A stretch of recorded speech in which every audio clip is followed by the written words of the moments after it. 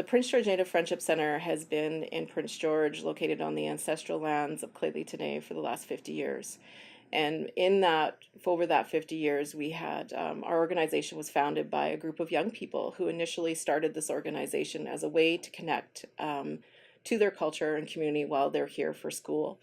And so that's really important for us because that has set the tone of our organization about connections to community, to culture, to education, and also to bigger than that, to surrounding areas. And so a lot of our work takes us to not only Prince George, but we stretch out when we can and when we are able to. I'd like to think of our organization as intergenerational, and so we do have a lot of programming that starts with our early services with our babies, all the way up to elders. And in that intergenerational pieces, we have lots of collaboration within that, so that we're able to connect our preschoolers with our elders, also youth with elders, and in cultural ways. But also in meaningful ways where we can recognize those transfer of knowledges. And so I think that's really important when we're looking at education. Education looks different here. We don't call it that, you know. What do you call it? Well, I think that it's part of it's how we implement our services, right? So our approach, as much as I think it's educational in terms of if you looked at it, what are people, if we were to measure it, we would see outcomes, and we look at that in that way. But this is our approach. This is our Friendship Center way of delivering services.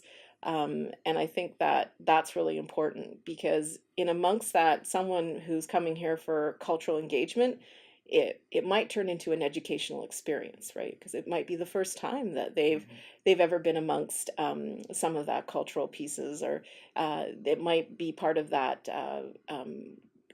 family network that they've just discovered, right? So in that sense, it could be seen as educational. We do have formal educational pieces, right? And we do have, in terms of our preschool, there's a curriculum that we have set up, and we deliver that. But again, it looks different, right? Because it's one of those pieces that it's the stuff that not only that people connect to, that you can see, but it's those things that you can't see, right? It's those connections to spirit, those connections to culture, connections to our kin, connections, through friendship. That's the piece I think that's echoed throughout our organization. Family involvement looks like it's definitely part of our programming. We have a parent involvement committees, and parents can engage, elders can engage. We also have our young people engaging. We have some guiding pieces that we do with our youth councils, with our parent advisory committees. We have some formal structures, but there's a lot of informal pieces, and I think that's what really speaks to the way someone can get involved here. It doesn't always have to be in a way that that will overwhelm someone. You can enter and we'll meet you where you're at, and I think that's where volunteerism is such a big piece of our organization. If we couldn't exist without volunteers, and volunteering in an organization allows for that reciprocity piece, I think, for a lot of our folks, right? So it makes them feel good about the work that we're doing here, but we work alongside them. So I think that's really important. We do host an Aboriginal Head Start, and that is definitely one of the, I would say that more of the rigor educational programs that we host right now. We also have a literacy group, right? And that is a collection of tutors that we are able to have access for our people who are struggling, who are addressing literacy issues. We have employment readiness programs, right, such as Blade Runners. We also have a lot of cultural opportunities as well. And I think that's in itself, those are threaded throughout. And I wouldn't say when you ask for an educational program, it's hard to, those are specific programs that have educational components to it.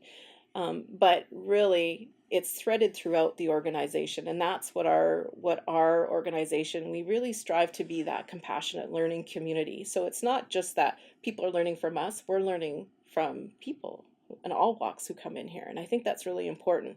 That really recognizes our authenticity, I think, as an organization. Part of what we do, I mean, obviously, that's one of the things that how do we prove that we know that these programs work? And through Aboriginal Head Start program, we do follow our students as they enter into kindergarten. That is part of, and how they transition into kindergarten. We're part of those discussions early on with families. We prepare families in that way. But also, we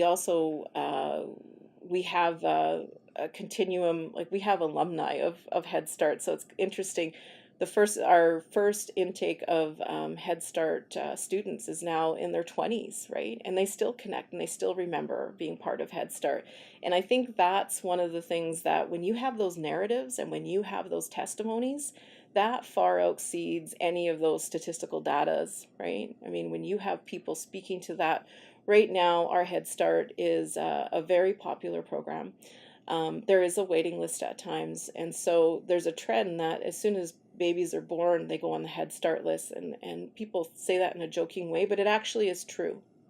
That's if you have a baby born now and you want them to be part of our preschool when they turn 3, it's a good idea that you sign them up just so that they have the space.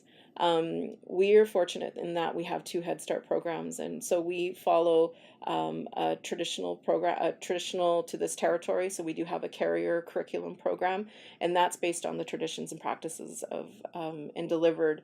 That preschool is delivered in that in the carrier and traditional practices, right? We also have a Cree and Métis Head Start program, and I think that's really important that that follows that, and so there's options for people in community, right? And they're able to steward that for their children and be part of that.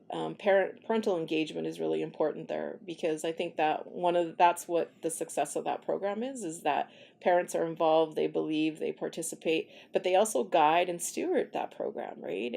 And for some of the parents who are just rediscovering their roots, it's a really good way to start, because they're exploring that and they're learning that with their children. And I think that to see them come from graduating to Head Start and then they're engaging with other programs here, really important. With our Blade Runners program is that's an employment readiness program, but we often find that people make choices to go back to school, because one of the things is Blade Runners we do have a program curriculum set up for that, and there is cultural pieces attached to that, but quite often that leads to people making decisions about, maybe I need to go back to school, and this is not just about an entry level job anymore.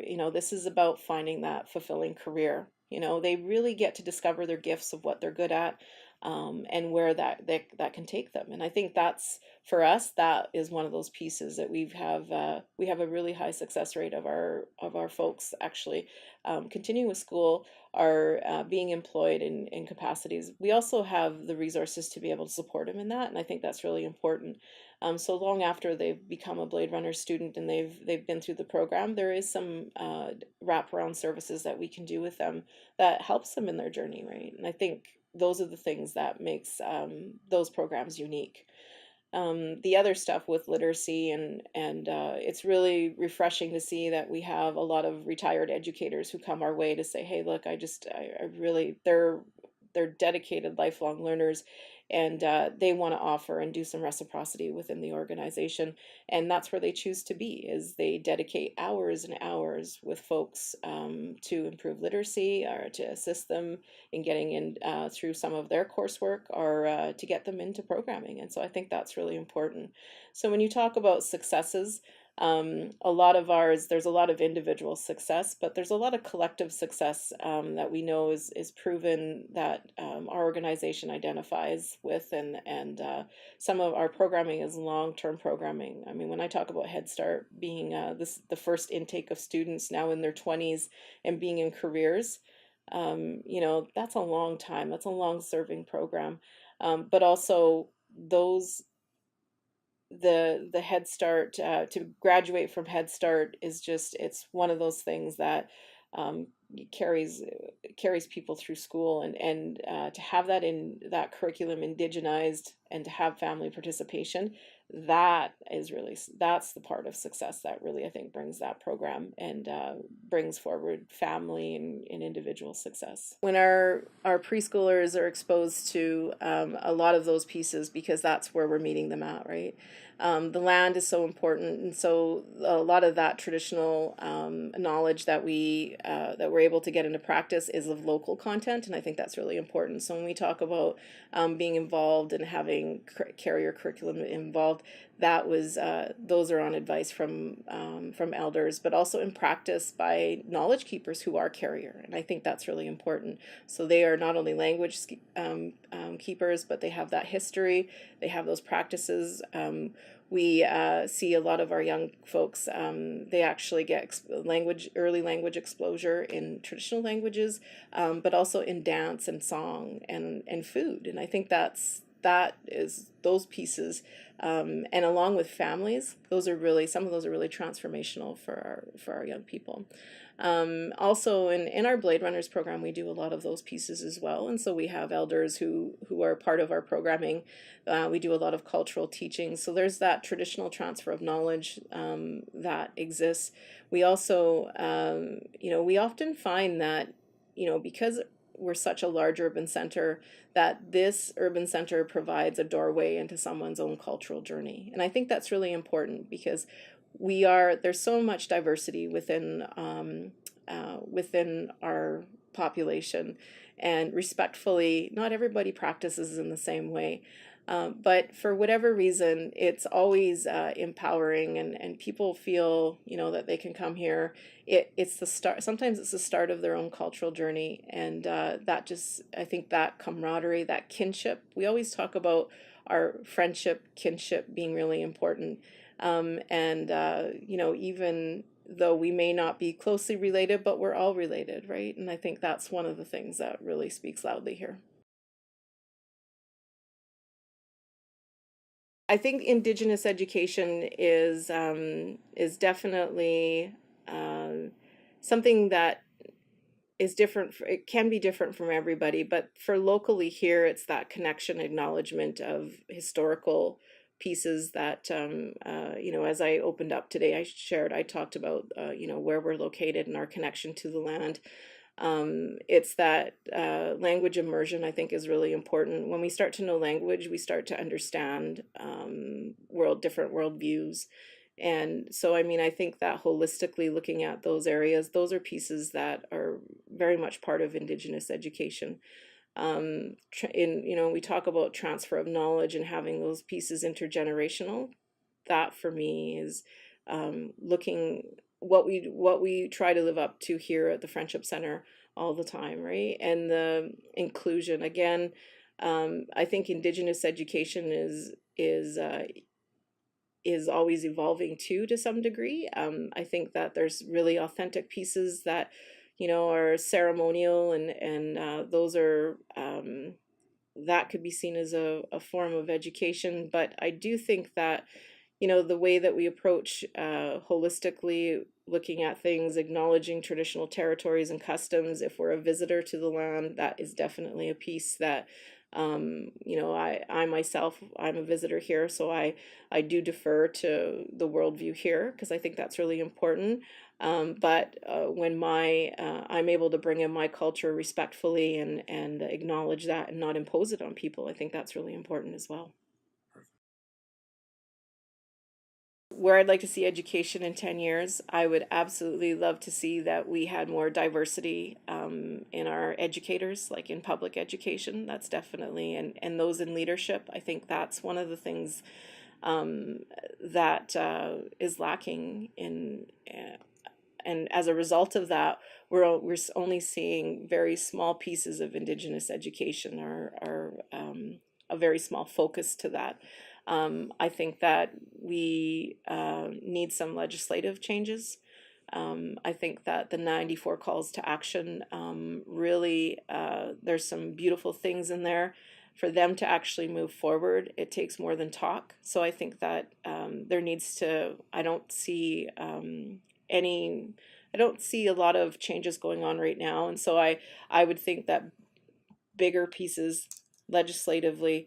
I also, and I would want to see more inclusionary governance models when it comes to education being implemented.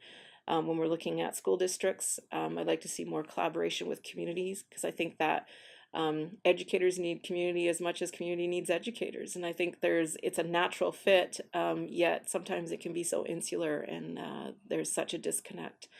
I think that in terms of Indigenous education, uh, I think that there's a lot of fear about what that looks like, and I think that having more dialogues around that, not debates about why it should be or why, where it could be, that would bring forward. I think that would bring forward a new beginning. And so, yeah, there's a lot of hope that I have, but there's also a lot of pieces I think that not only myself as an Indigenous woman in the community with children in school, but I think that there's other creating relationships so that we can have more progressive um, pieces come forward, right? Not just talk. It actually has to, and that's why I talk about legislative, I talk about governance. There's changes that needs to happen there. I think that having that long-term collective vision is important. I don't think that quite often the Indigenous community is not engaged in that, and so it's foreign to us, right? And the focus sometimes doesn't seem like it fits for what we could collectively vision, whereas again, it's a dominant vision of what that looks like, and so our voices and our strengths aren't included in that. I think that there's if an appetite provincially for more dialogue around that. That's yet to be seen, but I think that we have some really strong political leaders who are Indigenous. That's on their agenda.